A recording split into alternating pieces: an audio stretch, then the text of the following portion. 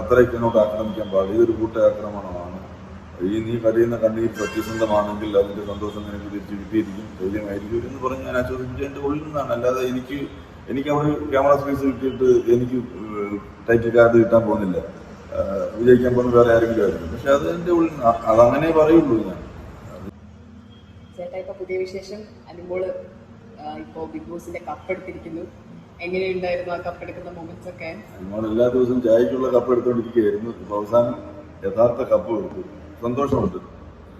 അനുമോള് നമ്മൾ നേരത്തെ അറിയാവുന്ന കുട്ടിയല്ലേ, അവള് ഡിസർവിങ് ആയിട്ടുള്ള പലരും ഉണ്ടാകും. പക്ഷെ ഞാൻ അവിടെ ഇറങ്ങുമ്പോൾ നമ്മള് ഹൗസിൽ നിന്ന് ഇറങ്ങുമ്പോൾ 6 പേരാണ്. ഫൈനൽ 6-ലായിരുന്നു ഞങ്ങൾ അവിടെ നിന്ന്. ഞാൻ എല്ലാ 6 പേരുടെ പറഞ്ഞ് ഒരാൾക്ക് കിട്ടുള്ളൂ, 5 പേർക്ക് നഷ്ടപ്പെട്ടു. പക്ഷെ നഷ്ടമല്ല, എന്ത് നഷ്ടപ്പെടുന്നുള്ളതിനേക്കാൾ എന്ത് മിച്ചമുള്ളൂ എന്നുള്ളത് നമ്മൾ ഭാവിയിലേക്ക് നോക്കുക. ആ കിട്ടുന്ന ആർക്കായാലും നമുക്ക് സന്തോഷമേ ഉള്ളൂ. ഒരാളിൽ കിട്ടും, എല്ലാവരും ഡിസർവിങ്ങുമാണ്. എല്ലാവരും ചില പറയുന്നത് വേറെ ആളുകളാണ് ഡിസർവിങ്. ഓക്കെ, അയക്കാം, ഒരേപോലെ ക്വാളിറ്റി ഉള്ളവരുണ്ടാവും. പക്ഷെ അനുമോൾക്ക് കിട്ടിയത് തെറ്റില്ല, നല്ലതാണ്. അനുമോള് കപ്പെടുത്തതിന് ശേഷം നിങ്ങള് സംസാരിച്ചിരുന്നോ ചേട്ടൻ? അതിന് ശേഷം അനുമോളോട് സംസാരിച്ചോ? വേദിയിൽ വെച്ച് തന്നെ ഞാൻ അങ്ങോട്ട് പോയി എല്ലാവരുടെ അടുത്തും പോകുന്ന ആളല്ല. എൻ്റെ അടുത്തേക്ക് വരുമ്പോൾ ഞാൻ അതിനെ സ്വീകരിക്കുന്ന ആളാണ്. എൻ്റെ ഒരു ബേസിക് നേച്ചർ അതാണ്. ഞാൻ നിൽക്കുമ്പോൾ എൻ്റെ അടുത്തേക്ക് വന്ന് വളരെ കുറച്ചു നേരം കണ്ണെടുത്ത് നോക്കിയെന്ന് സന്തോഷമായി ചേട്ടൻ ചോദിച്ചു. അതില് അനുമോളെ കാണും പോസിറ്റീവ് കമന്റ് ഇപ്പൊ ചേട്ടനാണ്. അതിൽ ഏറ്റവും വലിയൊരു കമന്റ് എന്ന് പറയുന്നത്, കൂടുതൽ വരുന്നൊരു കമന്റ് എന്ന് പറഞ്ഞാൽ നന്ദി ചേട്ടാ അനുമോളെ സപ്പോർട്ട് ചെയ്തത് എന്നാണ്. അപ്പൊ ചേട്ടൻ ഏത് തരത്തിലാണ് ശരിക്കും അനുമോളെ സപ്പോർട്ട് ചെയ്തത്? അതൊരു ഹ്യൂമൻ ബീങ് എന്നുള്ള കാര്യത്തിലാണ്. ഞാൻ അവിടെ ചെല്ലുമ്പോൾ കാണുന്നത് ഓരോരുത്തരും വന്ന് മാറി ആക്രമിക്കുന്ന ഒരാളിനെ. ചില സമയത്ത് അവർ സൈലന്റ് ആയിട്ടിരിക്കുന്നു, സഹിച്ചിരിക്കുന്നു, ചില സമയത്ത് കരഞ്ഞു പോകുന്നു, ചില സമയത്ത് ചെറുതായിട്ട് പ്രതികരിക്കുന്നു. എല്ലാവരും മാറി ഒരാളെ ആക്രമിക്കുന്നു. അപ്പോൾ ഒരു സാധാരണ ഒരു മനുഷ്യൻ എന്നുള്ള രീതിയിൽ നമ്മൾ നോക്കുമ്പോഴത്തേനും ഒരു സിമ്പതി തീർച്ചയായിട്ടും നമുക്ക് തോന്നും. എന്നെപ്പോലെ മനസ്സുള്ളവരാണ്. ഞാനൊരു ഈ സമൂഹത്തിൽ ജീവിക്കുന്ന ഒരാളെന്നുള്ള രീതിയിൽ, അവരുടെ ഒരു പ്രതീകം എന്നുള്ള രീതിയിൽ എനിക്കറിയാം എന്നെപ്പോലെ ചിന്തിക്കുന്നവരാണ് ഒരുപാട് പേര്. ആ ഒരുപാട് പേർ പോലെ ഞാനും ചിന്തിച്ചു. അവളെ അത്രയ്ക്ക് എന്നോട് ആക്രമിക്കാൻ പാടില്ല. ഇതൊരു കൂട്ടാക്രമണമാണ്. ഈ നീ കരയുന്ന കണ്ണീർ സത്യസന്ധമാണെങ്കിൽ അതിൻ്റെ സന്തോഷം നിനക്ക് തിരിച്ച് കിട്ടിയിരിക്കും, ധൈര്യമായിരിക്കും എന്ന് പറഞ്ഞ് ഞാൻ ആശ്വസിപ്പിച്ച് എൻ്റെ ഉള്ളിൽ നിന്നാണ്. അല്ലാതെ എനിക്ക് അവിടെ ക്യാമറ സ്പേസ് കിട്ടിയിട്ട് എനിക്ക് ടൈറ്റിൽ കാർഡ് കിട്ടാൻ പോകുന്നില്ല, വിജയിക്കാൻ പോകുന്ന വേറെ ആരെങ്കിലും ആയിരിക്കും. പക്ഷെ അത് എൻ്റെ ഉള്ളിൽ അതങ്ങനെ പറയുള്ളൂ. ഞാൻ അതിനിപ്പം ബിഗ് ബോസ് ഹൗസിനകത്തായാലും പുറത്തായാലും എൻ്റെ വീട്ടിലായിരിക്കും.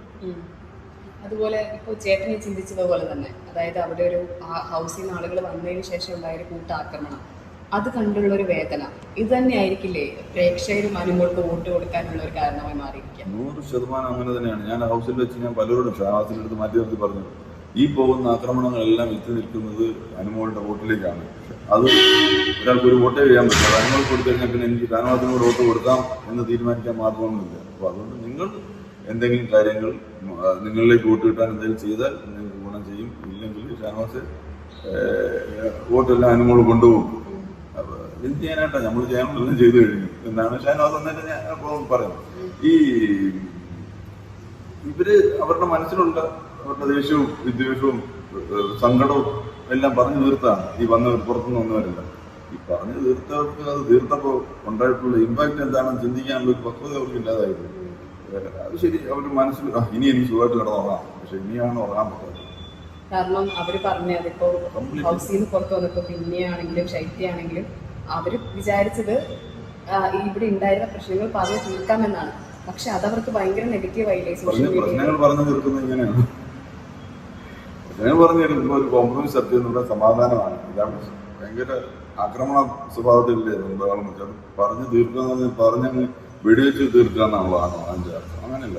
പക്ഷെ അത് അവർക്കവിടെ വോട്ടാകുകയും നമുക്കിവിടെ വളരെ നെഗറ്റീവായും സംഭവിച്ചു എന്നുള്ളതാണ് ഇതിനകത്തൊരു വാസ്തവം. ഇപ്പം വളരെ മോശമായിട്ടുള്ള കമന്റുകൾ പലതും കാണാനും കേൾക്കാനുമുണ്ട്. അതല്ല, ഇതൊരു ഗെയിം ഷോ ആണ്, ഇത് നാട്ടുകാർ കാണുന്നതാണെന്നുള്ള ബോധം ഇല്ലാത്തതുകൊണ്ടാണ് അവർക്ക് കുഴപ്പം പറ്റിയത്. ഞാൻ മനസ്സിലാക്കുന്നത്. അതുപോലെ തന്നെ ഈ ഹൗസിൽ നിന്ന് ഇപ്പൊ പറയുന്ന ഒരു കാര്യം എന്ന് പറയുന്നത്, ഇപ്പൊ ഈ ഹൗസിൽ നിന്ന് അനുമോള് പുറത്തിറങ്ങി കഴിയുമ്പോൾ ഈ ട്രോഫി കൊണ്ട് വരുമ്പോൾ കൂടുതൽ കമന്റ്സിൽ പറയുന്നതാണ് ഇത് PR കൊണ്ടല്ലേ. നേരത്തെ ഞാൻ ചേട്ടനോട് ചോദിച്ചിട്ടുണ്ടായിരുന്നു, ഇപ്പൊ അനുമോള് വിജയിച്ച് വന്നു കഴിഞ്ഞാൽ PR കൊണ്ടല്ലേ എന്ന് ചോദിക്കാൻ സാധ്യതയില്ല. അത് കമന്റ്സിലും വ്യക്തമാണ്. നിങ്ങൾ PR കൊണ്ട് ജയിച്ചതല്ലേ, എന്താണ് ആ ട്രോഫിക്ക് ഒരു വിലയുള്ളത് എന്ന് ചോദിക്കുന്നവരുണ്ട്. അവരോട് ചേട്ടന് കൊടുക്കാനുള്ള ഒരു മറുപടി എന്തായിരിക്കും? എന്റെ കാര്യത്തിൽ പറയാം, ഇതിപ്പോ കിട്ടാത്ത ഇപ്പൊ ഒരു പിന്നെ എന്താണ് ചലച്ചിത്ര അവാർഡ് ഒരു ഏറ്റവും നല്ല സിനിമ ഒന്നായിരിക്കും. പക്ഷെ അതുപോലെ ഒരു സമാനമായ ക്വാളിറ്റിയുള്ള സിനിമകളും പലതും ഫൈനൽ റൗണ്ടിലേക്ക് മത്സരിക്കാൻ വന്നതാണ്. അല്ലെങ്കിൽ നല്ല നടനുള്ള പ്രൈസ് ഒരു നടന് കിട്ടും. മറ്റേ രണ്ടാമത്തെ നടനോ അതിന്റെ കിട്ടാത്ത ആളോ മോശം നടനായിരിക്കില്ല.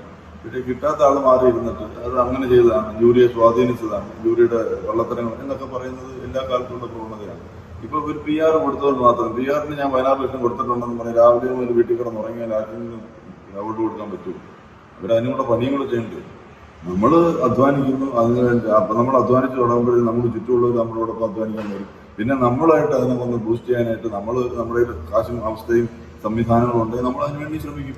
ഇപ്പൊ ഇവിടെ ഭരണത്തിന്റെ ഗവൺമെന്റ് അധികാരത്തിൽ വരുമ്പോൾ പാർട്ടികൾ PR ചെയ്യുന്നില്ലേ?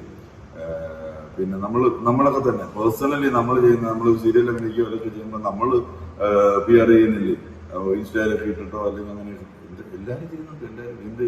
ഇന്ന് കുഞ്ഞിലേക്ക് തന്നെ നമ്മളെ നേരത്തെ പറഞ്ഞിട്ടുള്ളത്. അപ്പൊ അതുപോലെ എല്ലാവരും എല്ലാ മേഖലയിലും PR ചെയ്യുന്നുണ്ട്. പക്ഷെ ബിഗ് ബോസിൽ വന്നതിന് ശേഷമാണ് ഈ ബിഗ് ബോസ് സീസൺ 7 മലയാളികൾക്ക് സമ്മാനിച്ച പുതിയ വാക്കാണ് PR. അതിന് ചർച്ച ചെയ്യപ്പെടുന്നു. ചേട്ടാ, ഈ അനുമോള് കപ്പെടുത്തതിന് ശേഷം വരുന്ന കമന്റ്സിൽ, അതുപോലെ ഈ അനുമോൾക്കെതിരെ പറഞ്ഞ ആളുകൾക്ക് വരുന്ന കമന്റ്സ് ഉണ്ട്. അതാണ് ഏറ്റവും ഭയാനകമായി തോന്നുന്നത്. അപ്പോൾ എന്തുകൊണ്ടായിരിക്കും അനുമോൾക്കെതിരെ പറഞ്ഞവർക്ക് ഇത്ര വലിയ നെഗറ്റീവ് സംഭവിക്കുന്നത്?